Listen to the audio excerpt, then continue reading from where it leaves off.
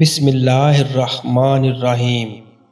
لوگوں نے ایک دفعہ حضرت ابراہیم ادم بلخی سے سوال کیا، کیا وجہ ہے اللہ تعالیٰ ہماری دعائیں قبول کیوں نہیں فرماتا؟ آپ نے فرمایا، تم خدا کو جانتے ہو مگر اس کی اطاعت نہیں کرتے، رسول اللہ صلی اللہ علیہ وآلہ وسلم کو پہچانتے ہو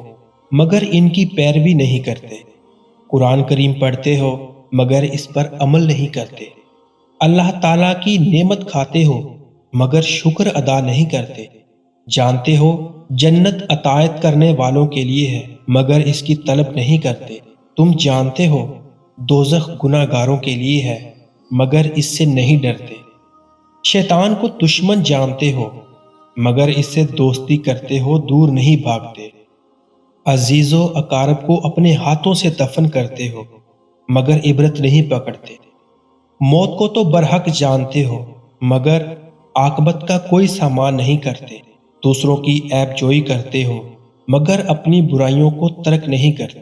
ایسے شخص کی دعائیں کیسے قبول ہو سکتی ہیں؟ اللہ تعالیٰ سے دعا ہے کہ اللہ تعالیٰ ہمیں ہمارے پیارے محبوب حضرت محمد مصطفیٰ صلی اللہ علیہ وآلہ وسلم کے بتائے ہوئے راستے پہ چلنے کی توفیق عطا فرمائے، آمین۔